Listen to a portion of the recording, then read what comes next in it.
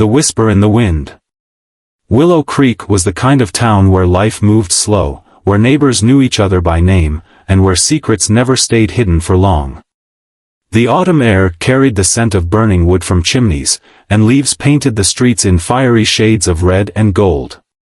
11-year-old Nathan Carter walked alone along the winding path that led past the community hall. His small hands were buried deep in the pockets of his oversized jacket, his breath coming out in soft clouds against the crisp evening air. Nathan had never been like the other kids. He wasn't the loudest in class, nor the strongest on the playground. He spent more time listening than speaking, more time observing than acting. And sometimes, when he was alone, he heard something no one else could. Tonight was one of those nights. As he approached the old wooden structure of the community hall, a sudden chill ran down his spine. He stopped, his sneakers scuffing against the cracked pavement. The building loomed in the dimming light, its dark wooden panels stretching toward the sky like silent watchers of the past. Then, it happened. A voice, soft, yet commanding, whispered through the air, though there was no one around. "Nathan, the building will fall. Warn them. Save them." Nathan gasped and spun around. His heart pounded against his ribs as he looked for the source of the voice, but the street was empty. The only sound was the rustling of leaves and the distant hoot of an owl. He swallowed hard. His mother used to tell him stories about divine voices and messages from beyond. She had believed in things that couldn't be explained, had told him to always trust his instincts. But she was gone now. And ever since she passed, the world felt quieter, until now. He looked back at the community hall. The building had been there forever, standing strong through storms and winters. But something about it now felt wrong. The way the beams leaned ever so slightly, the way the foundation seemed tired, like an old man burdened by time. No one will believe me, Nathan thought. And yet, deep inside, something told him he had to try. A town of tradition. Willow Creek was a town built on tradition, and no event was bigger than the Thanksgiving festival. Every year, families gathered inside the community hall, feasting on home-cooked meals, sharing stories, and celebrating together. Nathan knew the festival was happening tomorrow. The whole town, hundreds of people, would be inside that hall. And if the voice was right, if the building was truly going to collapse. Nathan shuddered. He had to do something. The fear of being ignored. Nathan took off running, his sneakers slapping against the pavement as he rushed home. He skidded to a stop in front of the small, one-story house he shared with his father. The porch light flickered slightly, casting long shadows against the siding. He pushed open the door, his breath coming in gasps. His father, Jack Carter, sat at the kitchen table, a stack of unpaid bills in front of him. The soft hum of the radio played in the background. Jack barely glanced up. "Nathan? What's wrong?" Nathan hesitated. He knew how this would sound. He had spent the past year struggling to get his father to listen, to understand that just because something was unseen didn't mean it wasn't real. But this was too important to stay silent. "The community hall," he said, his voice shaking. "It's going to collapse." Jack's brows furrowed as he finally looked at his son. "What?" "I heard a voice. It told me something bad is going to happen. We have to stop the festival. We have to tell someone." Jack exhaled sharply, rubbing a hand over his tired face. "Nathan, we've talked about this. I know it sounds crazy, but I swear, I heard it." Jack's gaze softened, but his voice remained firm. "Son, I know losing your mother was hard. And I know, sometimes, our minds can make us hear things that aren't there. It's not in my head." Nathan nearly shouted. "Dad, please. You have to believe me." Jack pushed back from the table with a sigh. "Nathan, the community hall has been standing for over 100 years. It's fine. The mayor wouldn't let people inside if it weren't safe. Nathan clenched his fists. You're not listening. Jack's face hardened. That's enough. The words stung like a slap. Nathan stared at his father, his chest rising and falling rapidly. For a moment, he thought about giving up. But then, the voice echoed again. Time is running out. Nathan turned on his heel and ran out the door before his father could stop him. A desperate attempt. The night air felt colder now, but Nathan barely noticed. His mind raced. If his father wouldn't listen, who would? The sheriff. He had to go to the sheriff. The sheriff's office sat at the edge of town, a small brick building with a single light flickering above the entrance. Nathan pounded on the door, his hands shaking. A moment later, the door swung open. Sheriff Benson, a tall, broad-shouldered man with graying hair, frowned down at him. Nathan?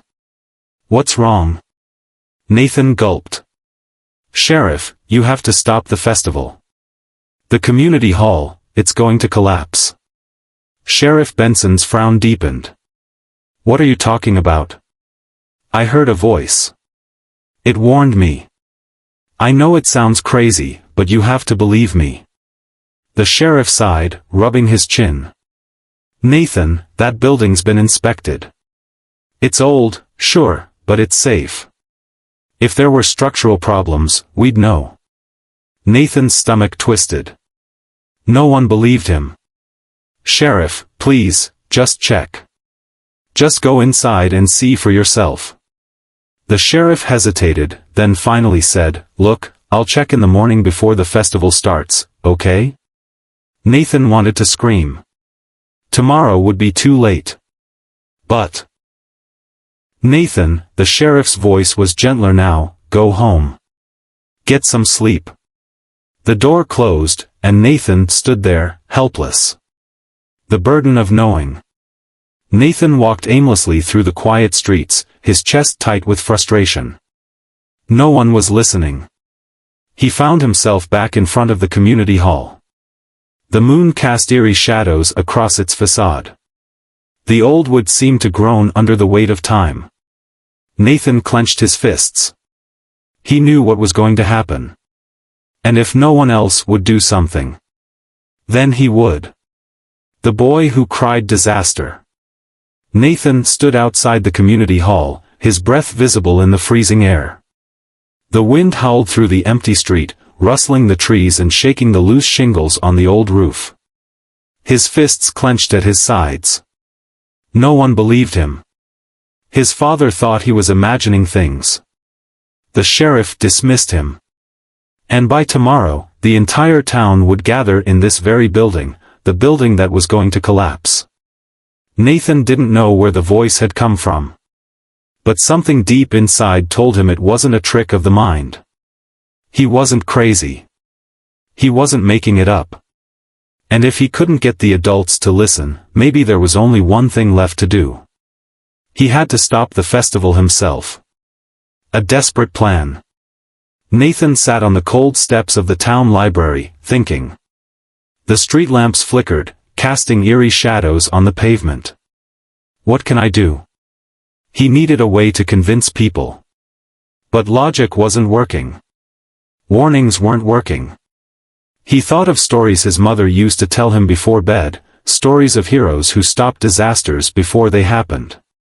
But the heroes in those stories had something Nathan didn't, proof. What if I can find some? If the building was truly unstable, there had to be signs. Cracks, weakened wood, something he could show people. Nathan got up and ran toward the community hall, pushing the creaky front doors open. The inside was dark, save for the faint glow of a street lamp filtering through the stained glass windows. The air smelled of old wood, dust, and the faintest trace of past celebrations. Tables were already set for the Thanksgiving festival, with long white tablecloths and neatly arranged chairs. Paper decorations hung from the rafters, swaying gently in the cold breeze that leaked through the cracks. Nathan walked slowly, his sneakers barely making a sound on the wooden floor. Then he heard it. Creak. Nathan froze. The sound had come from above. His eyes drifted to the wooden beams holding up the ceiling. The darkness made it hard to see, but as he squinted, he noticed something he hadn't before. A long, jagged crack ran across one of the main support beams. His stomach twisted. The voice had been right. The building was falling apart. No one believes a kid. Nathan ran home as fast as his legs could carry him. His heart pounded so hard he thought it might burst. He didn't care if his father was mad.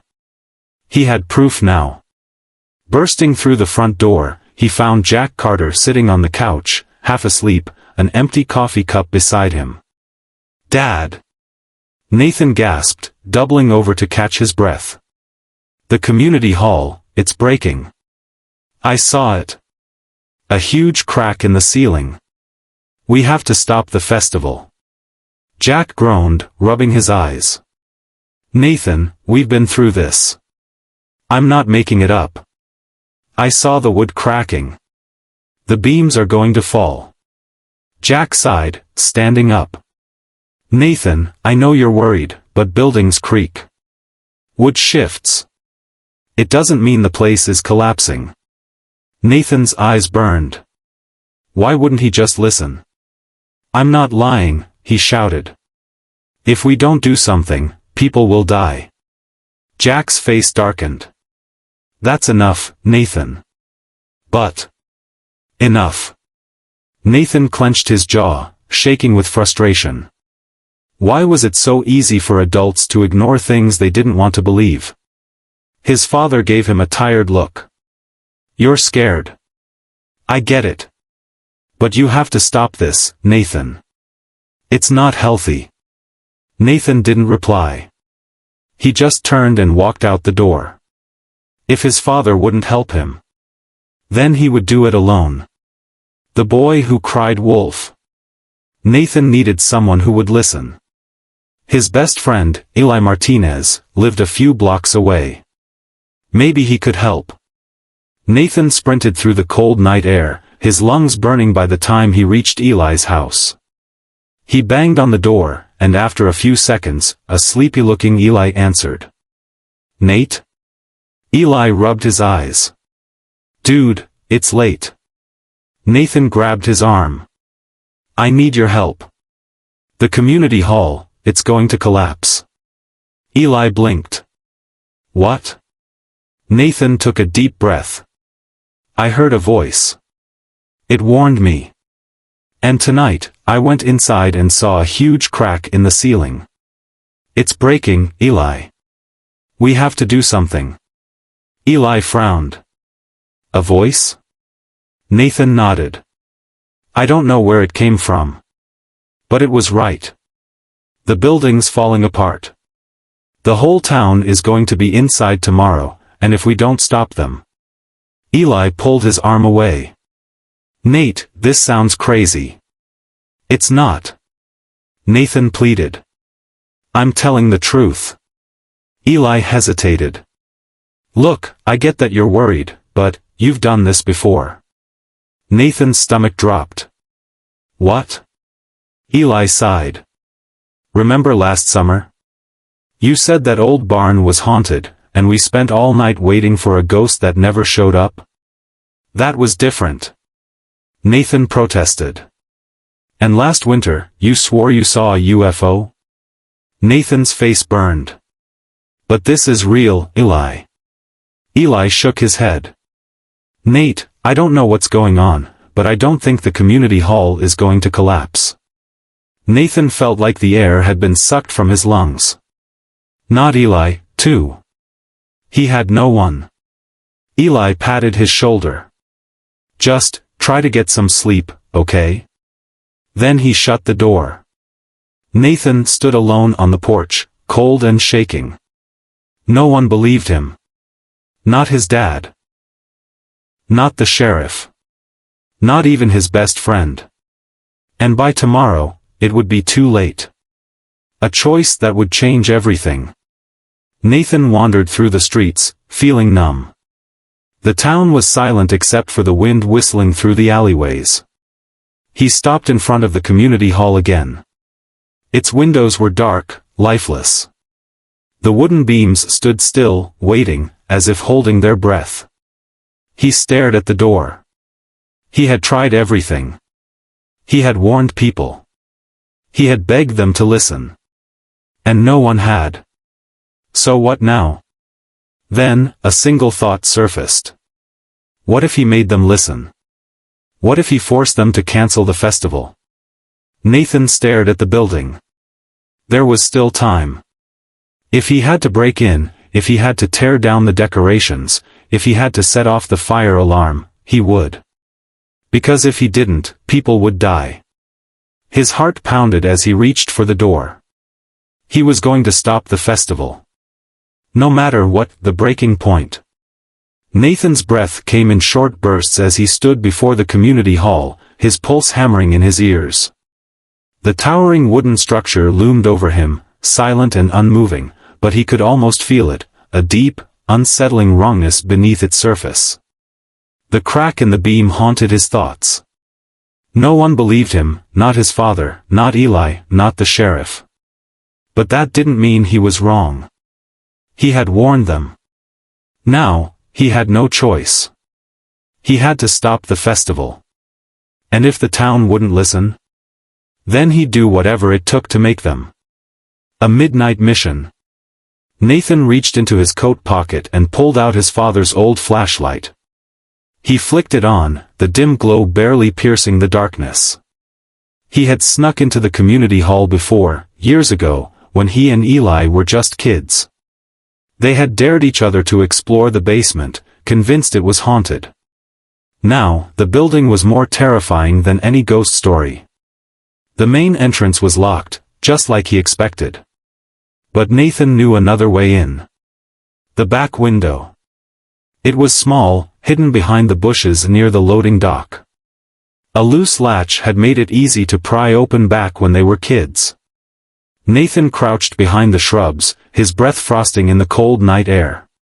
He placed his hands against the window frame and pushed. At first, it didn't budge. Then, creak, it shifted. Nathan slipped his fingers under the frame, lifted it, and climbed inside. His sneakers hit the wooden floor with a soft thud. Inside, the darkness pressed in on him. The building smelled of old wood, stale air, and something else, something he couldn't quite place. For a moment, he just listened. Silence. Then he moved. Signs of the unseen. Nathan made his way to the main hall, where the festival would take place in just a few hours. The tables were covered in white tablecloths, plates neatly stacked, decorations swaying slightly in the draft. Everything looked normal. But he knew better. He tilted the flashlight upward, aiming it at the wooden beams above. The crack was still there, long, jagged, stretching across the central support beam. But now, it was worse. The crack had widened since he last saw it. Tiny splinters of wood had begun to peel away. Nathan's stomach dropped. It was happening. The building was falling apart. If they held the festival here, if hundreds of people gathered beneath that ceiling, they wouldn't make it out. Nathan's fingers tightened around the flashlight. He had to act now. An unthinkable choice. Nathan's mind raced. What could he do? Calling the sheriff again wouldn't work. Neither would his father. He had already tried reasoning, warning, begging. No one believed him. The only thing left was to force their hand. He turned, scanning the room. His eyes landed on the fire alarm near the front entrance. If he pulled it, the town would be forced to evacuate. The festival would be shut down. No one would be in the building when it collapsed. It was the only way. Nathan stepped forward, his hand reaching out. Then he heard it. A noise. A faint groan from above. Nathan froze. The sound rumbled through the empty hall, like the slow, painful breath of something about to give way. He wasn't imagining it. The building was already breaking. Nathan's pulse spiked. He was running out of time. He had to do this. Now. With a deep breath, he reached for the fire alarm. And then. Bang! A bright light flooded the room. Nathan spun, heart hammering. The front doors had swung open. A shadowy figure stood in the doorway. Nathan Carter. Hands in the air. A voice boomed through the empty hall. Sheriff Dalton. Nathan's stomach plummeted. Trapped. Nathan turned just as Sheriff Dalton and two officers stepped inside, their flashlights slicing through the darkness. "What the hell do you think you're doing?" the sheriff barked, his boots clomping against the wooden floor. Nathan's mouth opened, but no words came out. He had been so close. Dalton sighed, rubbing his forehead. "Son, breaking into a public building is a crime. And after all that nonsense earlier."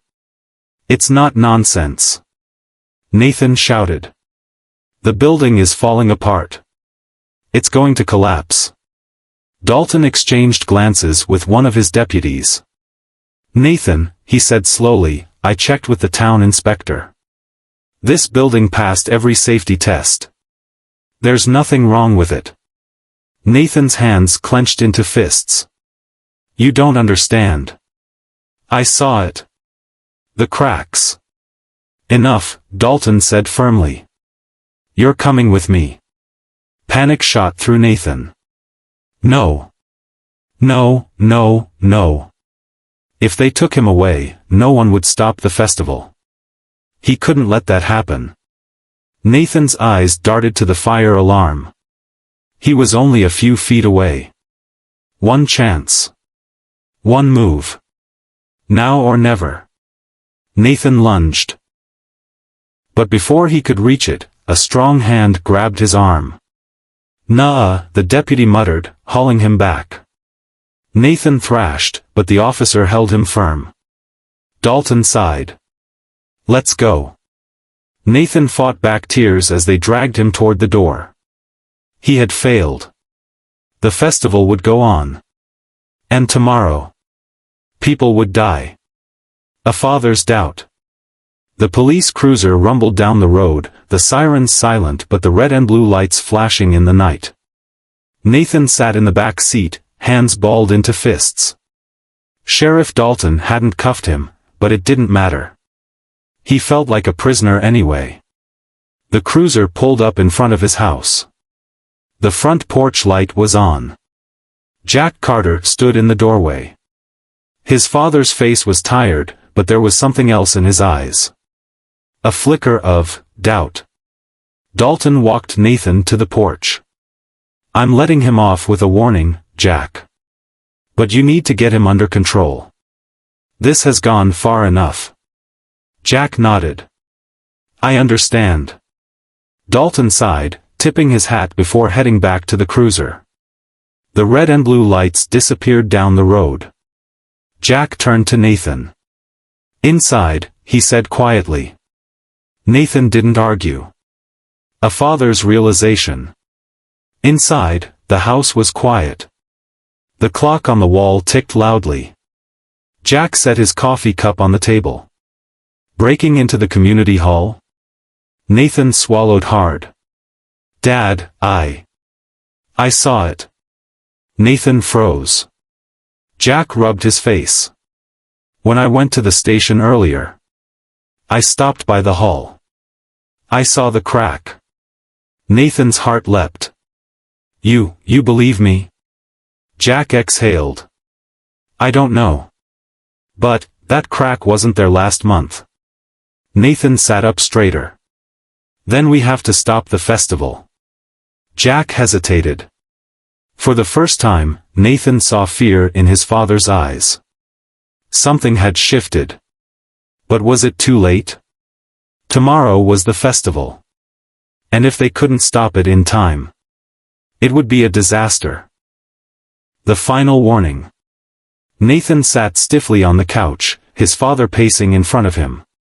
The old wooden floor creaked under Jack Carter's heavy boots, the sound eerily similar to the groaning beams of the community hall. The tension in the room was thick. Jack ran a hand through his graying hair. "Nathan, you know how this looks, right?" Nathan clenched his fists. "I don't care how it looks, Dad. You saw it. The crack in the beam, it's real." Jack exhaled, staring down at his son. The boy's dark eyes burned with conviction, the same conviction his mother once had, a stubborn, unshakable belief in something no one else could see. Jack shook his head. "Even if I believe you, what can we do? The entire town is coming. They're setting up as we speak." Nathan bolted upright. "Then we have to stop them. We have to shut it down." Jack hesitated. There was a long pause. Then he sighed. "Nathan. I want to believe you. But if I go into town and start telling people the building is going to collapse because of something you heard from God," he gave his son a pained look. "They'll think you're crazy." Nathan's stomach twisted. He understood what his father meant. The town already thought he was the weird kid, the one who barely spoke after his mother died, the one who had visions no one else saw. If Jack spoke up, they'd turn on him too. Nathan's fists tightened. "So we just let them walk into that death trap?" Jack shook his head. "I didn't say that." A spark of hope ignited in Nathan's chest. Jack leaned forward. "Listen to me. If you're right, then there has to be proof, real, undeniable proof. Not just a crack in a beam, something that will make the town listen." Nathan's mind raced. Proof. Real proof. The crack was already growing. He knew the building was shifting, its structure weakening. If they could show everyone just how bad it was. Nathan's eyes widened. "I have an idea." Jack frowned. "What kind of idea?" Nathan stood. "We go back to the hall. We show them the truth. We make them see it." Jack hesitated. Then, after a long moment, he nodded. "All right. Race against time." Jack and Nathan arrived at the community hall just before dawn. The sky was a deep shade of blue, on the edge of sunrise. Street lamps cast long shadows across the pavement as they pulled up to the nearly empty parking lot. The festival wasn't scheduled to start for another few hours, but vendors were already setting up their booths outside. Nathan could hear the soft clatter of tents being assembled, the hum of quiet conversations. They didn't have much time. Jack parked the truck near the back entrance, and they hurried toward the building. Nathan tried the door. Locked. Jack reached into his coat and pulled out something Nathan never thought he'd see, his old set of maintenance keys. Nathan's jaw dropped. "You still have those?" Jack shot him a look. "You think I don't know my way around this town?" With a quick turn, the lock clicked, and the door swung open. They stepped inside. The air was heavy, thick with age and dust. Nathan flicked on his flashlight, scanning the massive wooden beams above. There. The crack had widened even further. Tiny flakes of wood littered the floor beneath it. Jack's face darkened. "It's worse than before." Nathan nodded. "It's not going to hold much longer." Jack let out a slow breath. "All right. Let's show them the proof they needed." Jack reached into his bag and pulled out his old camera. It was an industrial model, the kind used for documenting construction sites. He aimed it at the ceiling, zooming in on the fractured beam. The deep split ran jagged and uneven, like a wound splitting open. Nathan grabbed a long wooden pole from the storage room. Before Jack could ask what he was doing, Nathan walked directly beneath the beam. He took a deep breath. Then, he swung the pole upward. The tip struck the cracked beam. A loud crack split the silence. A cloud of dust and splinters rained down. Jack jumped back as a long, sharp chunk of wood snapped free and crashed onto the floor. The ground shook beneath them. Nathan's heart pounded. The entire structure trembled. Jack stared at the falling debris, then back up at the crack. Nathan turned to him. "Now do you believe me?"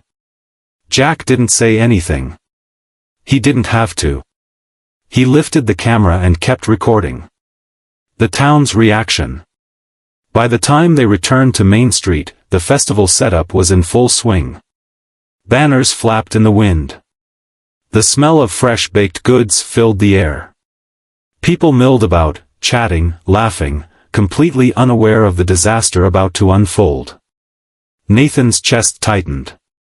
If the collapse happened in the middle of the festival, hundreds could die. Jack stepped onto the main stage in the town square, gripping the microphone. The crowd turned to him in confusion. "Jack?"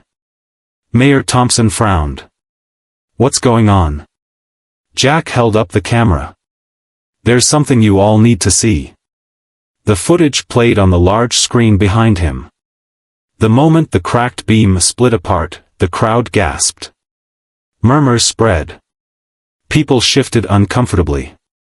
Then, the sheriff stepped forward. His face was tight.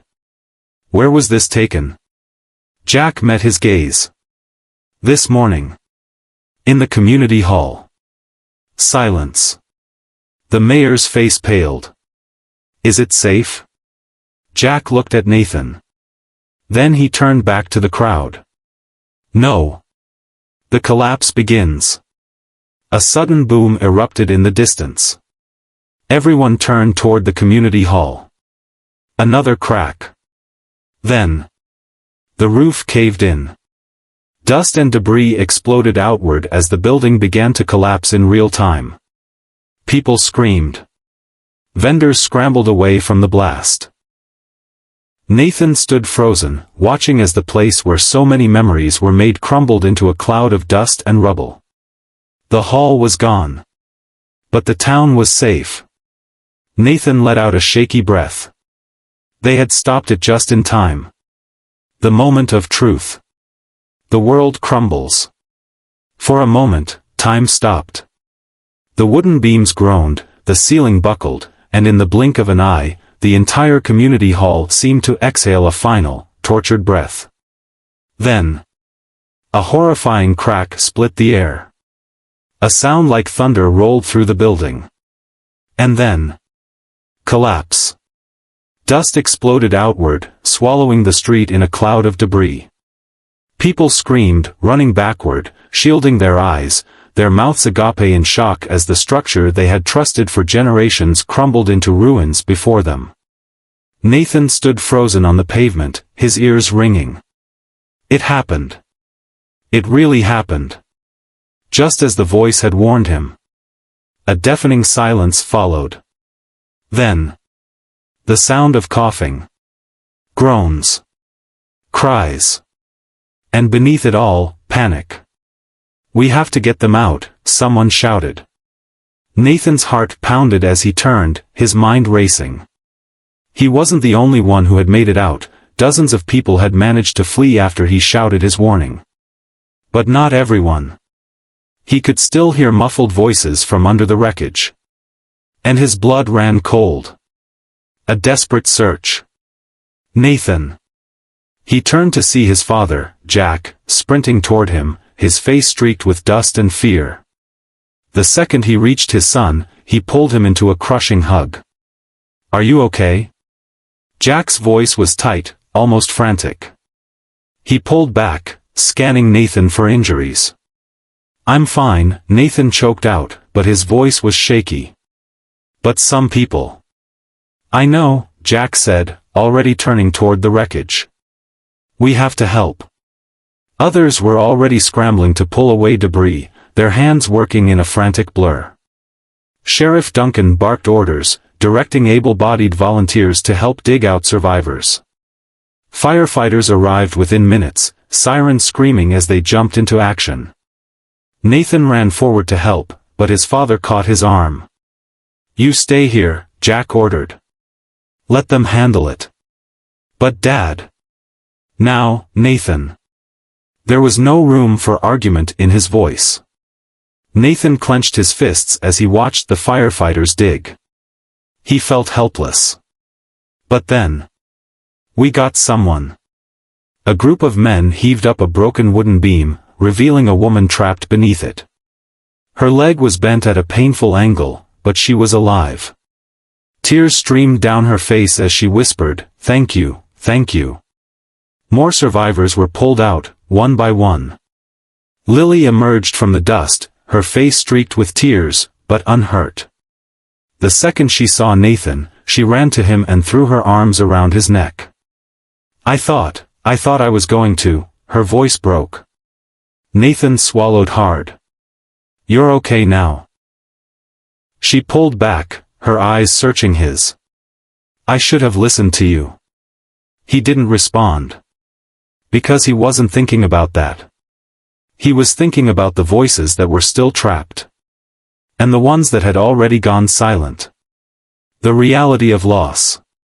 Hours passed. The rescue effort continued into the night. Floodlights lit up the wreckage as firefighters dug through the debris, looking for survivors. Some were found. Some weren't. By midnight, the town had its final count. 4 dead. 12 injured.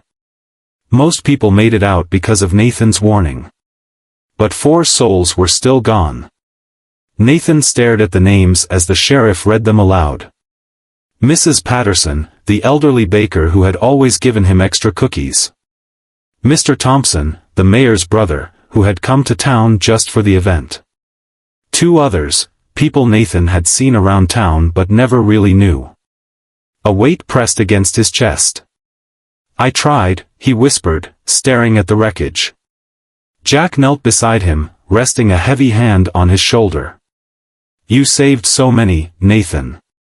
But I didn't save everyone." Jack let out a slow breath. "You did what no one else could. You listened. You spoke up. And you gave people a chance." Nathan's throat tightened. "Then why does it still feel like I failed?" Jack turned him gently by the shoulders, making him look him in the eye. "Because you care," Jack said softly. "And that's not a bad thing."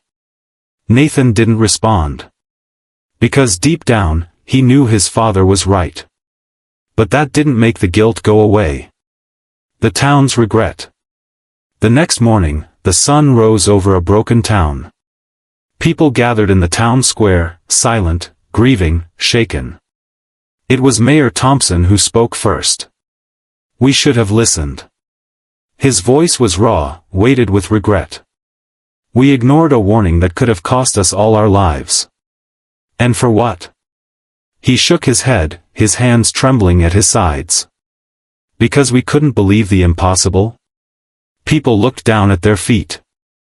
Mothers clutched their children closer. Fathers rubbed the backs of their necks, guilt written across their faces. The mayor turned toward Nathan. "You were right," he said, his voice firm, unwavering. "And we all owe you a debt we can never repay." A hush fell over the crowd. Nathan shifted uncomfortably as dozens of eyes turned to him. He didn't want attention. He didn't want recognition. He just wanted the people in that building to have been safe. After a long silence, Lily stepped forward. "I should have listened to you, too," she said, her voice barely above a whisper. "I thought you were being crazy. But you weren't." A murmur of agreement rippled through the crowd. Then, one by one, people began to apologize. They acknowledged their mistake. And they promised they wouldn't ignore warnings again. A new beginning. A week later, the town announced something unexpected. The community hall would be rebuilt. But this time, it wouldn't just be a place for gatherings. It would be a reminder. A reminder that every voice matters. That even one small voice can change everything. Mayor Thompson called it the Hawkins Community Center, named after Nathan. When they announced it, Nathan felt a lump form in his throat. He hadn't wanted a building with his name on it. But as he stood there, looking out at the crowd, at the faces of the people he had saved, he realized something. It wasn't about him. It was about what had happened. What had been learned. And what would never be forgotten. Nathan wasn't a hero. He was just a boy who had listened. And that, somehow, had been enough. A town rebuilt, a boy forever changed. The dust settles, but the lessons remain. Days turned into weeks, and the ruins of the old community hall remained a stark reminder of what could have been.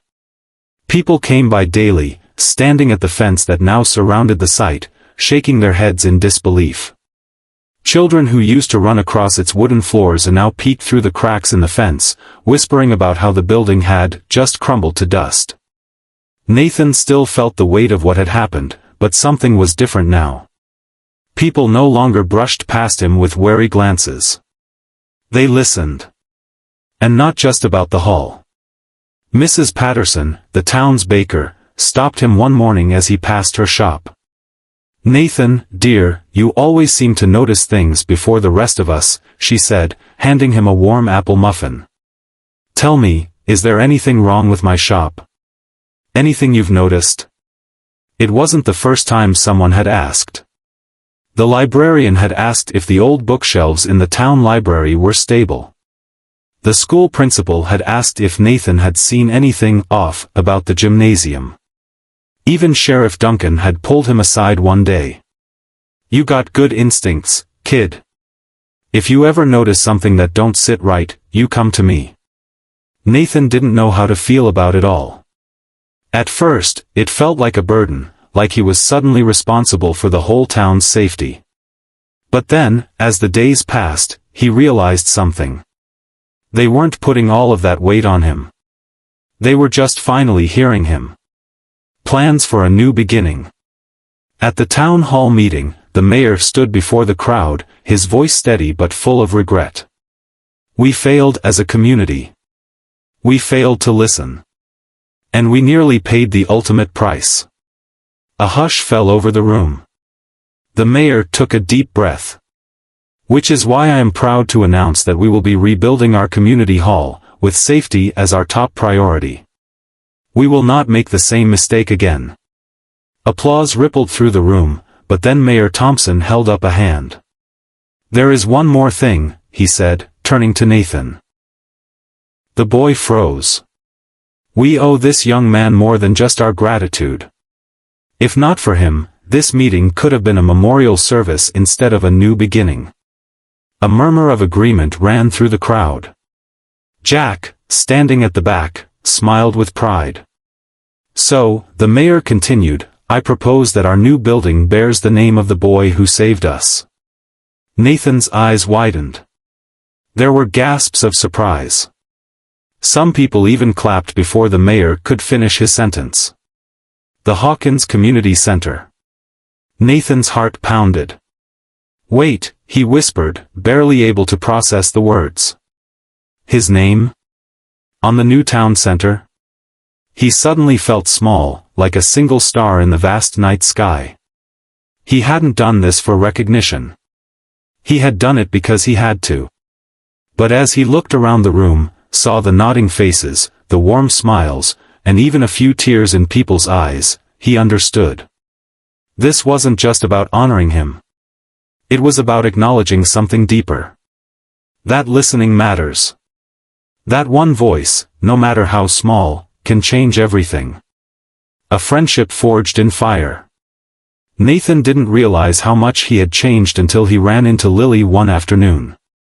Lily, who had once doubted him.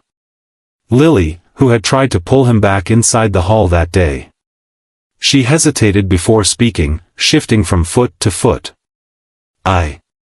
I should have believed you." Nathan studied her face. The guilt in her eyes was real. He could have said a lot of things. Could have told her how scared he had been. How angry he was when she dismissed him. How hurt he had felt when no one listened. But instead, he just said, "It's okay." Because he understood now.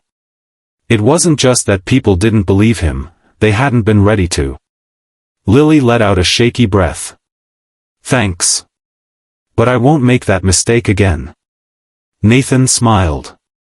"Good. Because I think this town has had enough close calls for a lifetime." She laughed, and just like that, things felt lighter between them. The final visit. Nathan found himself at the cemetery once more, kneeling by his mother's grave. The autumn leaves had mostly fallen now, leaving the trees bare against the crisp blue sky. He traced the letters on the stone, just as he always did. For so long, he had come here with questions. Had wanted his mother's guidance, her voice to tell him what to do. But this time, he didn't come for answers. He just came to talk. "They're listening now, Mom," he said softly. "I don't feel so alone anymore." A gust of wind ruffled his hair, and for the first time in a long time, he let out a deep, content sigh. He wasn't alone. Maybe he never had been. The future of Maplewood. A year later, the Hawkins Community Center stood tall and strong, built with reinforced beams, safety inspections, and the promise that history would not repeat itself. Nathan stood beside his father at the grand opening, watching as the red ribbon was cut. Mayor Thompson leaned down. "I hope you know, Nathan, that this isn't just a building." Nathan looked up at him. "It's a reminder." The mayor nodded. "Exactly." The crowd cheered, but Nathan wasn't thinking about the noise. He was thinking about what came next. Because now, he knew something he hadn't before. That even when the world tells you your voice doesn't matter. Even when people doubt you. Even when you stand alone. The truth is still the truth. And sometimes, it just takes one person, one voice, to save everyone.